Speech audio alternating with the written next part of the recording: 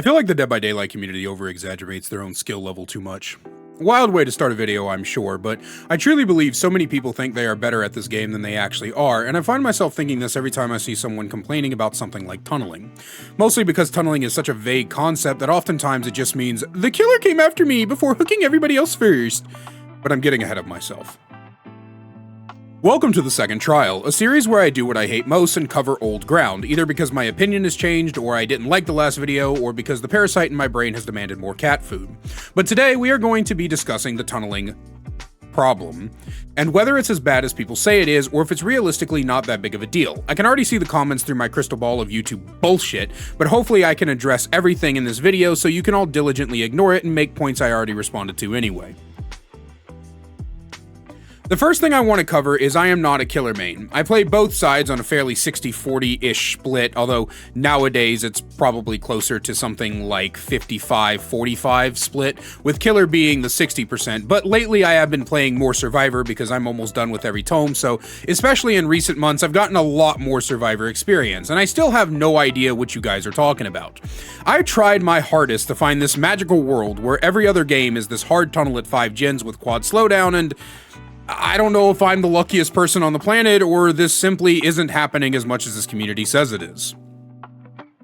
I think to fully have this conversation, we need to define tunneling. Like I told my viewer Dearest Ash when they asked me if I think killers enjoy tunneling for their video, linked in the description down below, tunneling is too vague of a concept to truly defined, but let's do our best.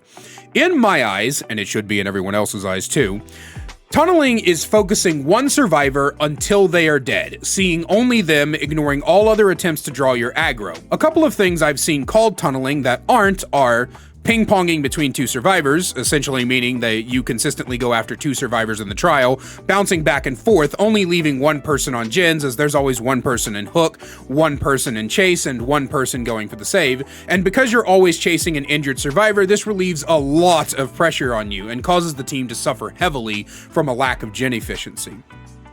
Or number two, going after someone after they've been unhooked, but you've already chased and downed someone else. If you are still on hook after I hook someone else, and as I'm coming back, that's when your team decides to unhook you, then that's not my fucking problem. You were not tunneled, your team just kind of fucked you.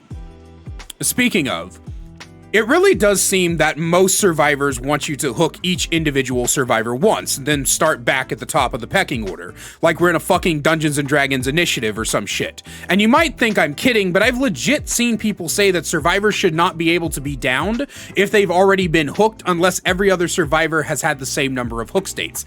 It's ludicrous. Imagine if you have 3 survivors on first stage, but the last one is fucking A-run, and you just can't catch them. Now what? You lose the game because 3 of the survivors are fish in a metaphorical barrel, but the last one is a fucking grizzly bear. It makes no sense, but it brings up an interesting conversation. Why does tunneling happen? A lot of times you'll hear survivors scream about how the killer is tunneling so they must hate fun, and they are actually horrid people in real life who kicks puppies and wears Nazi uniforms. That last part is obviously an exaggeration for comedic effect, but that's how some of you act. I'm going to do a full video on the concept someday, but the way y'all treat people over a fucking video game needs to be studied. In any case, the act of actually tunneling, i.e. focusing one player over the rest, happens for a lot of reasons.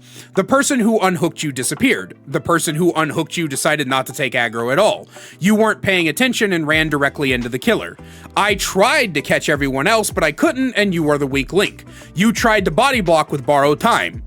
Seriously, stop trying to body block with borrowed time. I walked the entire map and couldn't find anyone else and happened to find you. You're the only one not running distortion. You're not running distortion, and everyone else is not in my range of aura reading perks. These are all circumstances that lead to what I like to call unintentional tunneling, where tunneling happens pretty much outside of the killer's control. Like, what else is the killer supposed to do in these situations? Ignore you? Sure, I guess, but why is the killer expected to just throw the game because things didn't work out in your favor, or you decided to make bad choices, or ultimately you're not good at the game? Now, let's define the difference between hard tunneling and soft tunneling and why each might happen. A soft tunnel is something like, I am at 2 gens, no kills, and I need a kill now. The killer might then decide to tunnel out the person who just got unhooked so they can get some much needed pressure.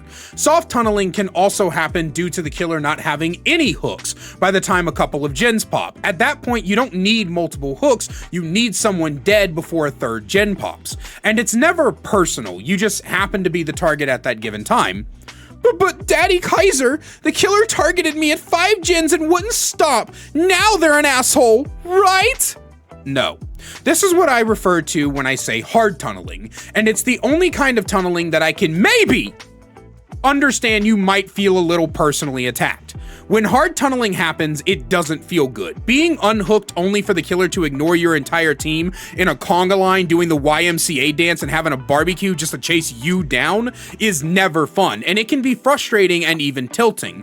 You're wondering the entire time, what the fuck did I do? But the truth is, you probably didn't do anything. There are so many reasons the killer might do this.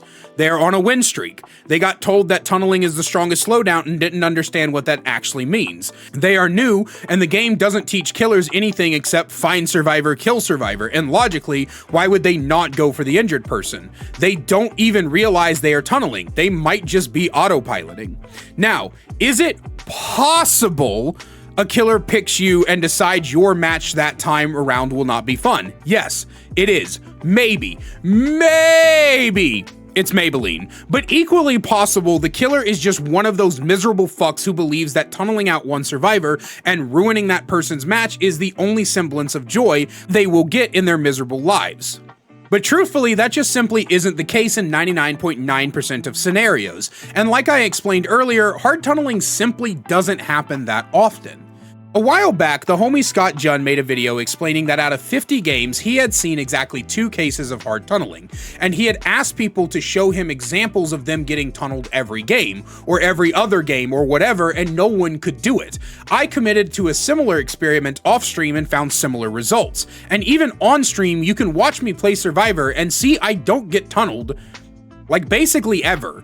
I've had, in the past few months, maybe 3 instances of hard tunneling, probably 5 to 10 instances of soft tunneling, and nearly everything else is unintentional tunneling, if it happens at all. So this complaint about tunneling and its supposed prevalence is the result of one of 2 things. Number 1, the definition of tunneling is so goddamn vague that many people will mistake anything but the D&D initiative scenario I described earlier as tunneling.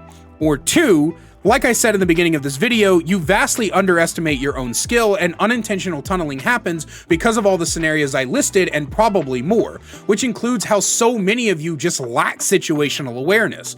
The amount of times I witnessed a survivor get unhooked, run to Narnia without getting healed, get downed by the killer who was minding their own business patrolling the opposite corner of the map, and then scream tunneling is insane.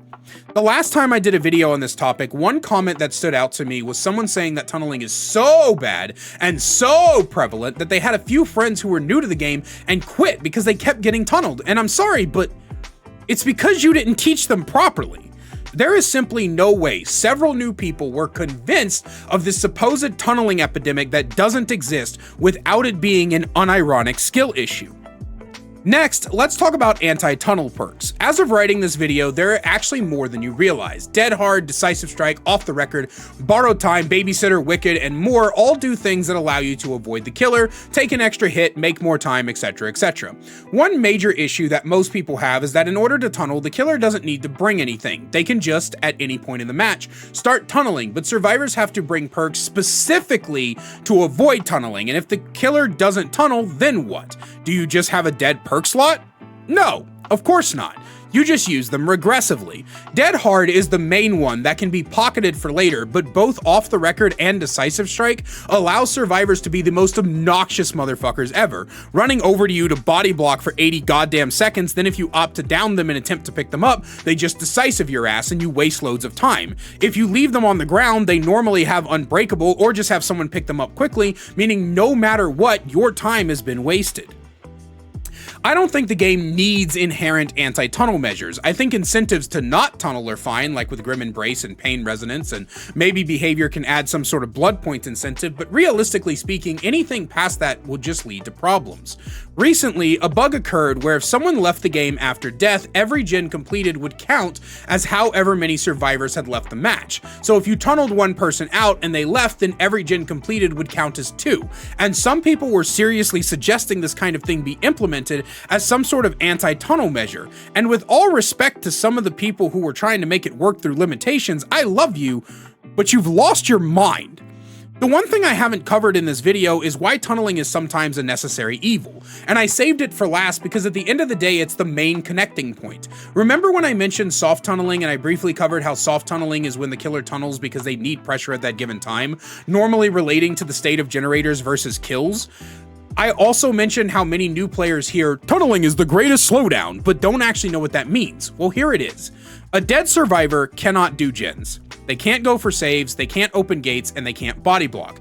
They are completely useless. So reasonably, if you need more pressure, the best bet is to get a survivor out of the game as fast as possible. Where newer players mess up is the fact that hard tunneling is 99.9% of the time the worst decision for you. Because if the person you pick is a runner and a track star, then you essentially throw your game trying to get one nerd out of the game. Tunneling, effective tunneling, is a strategy like everything else in this game, and if you fuck it fucks up bad. Some losers with superiority complex will tell you things like, well, I get 4Ks all the time without slugging or tunneling or camping. These people are liars. Either that or they fall into the overestimate their own skill category, landing in a very odd place where they want to seem better than others. The truth is, whether it's unintentional, soft, or hard tunneling, some form of tunneling is necessary to win most games, and that's a simple fact of the way this game works. With gen speeds at the massive amounts they are, you can find yourself in scenarios where soft tunneling is almost necessary. But at the end of the day, people need to remember that tunneling is 1, not as big of a problem as you think it is, 2, can most of the time be chalked up to an unironic skill issue, and 3, is nothing personal.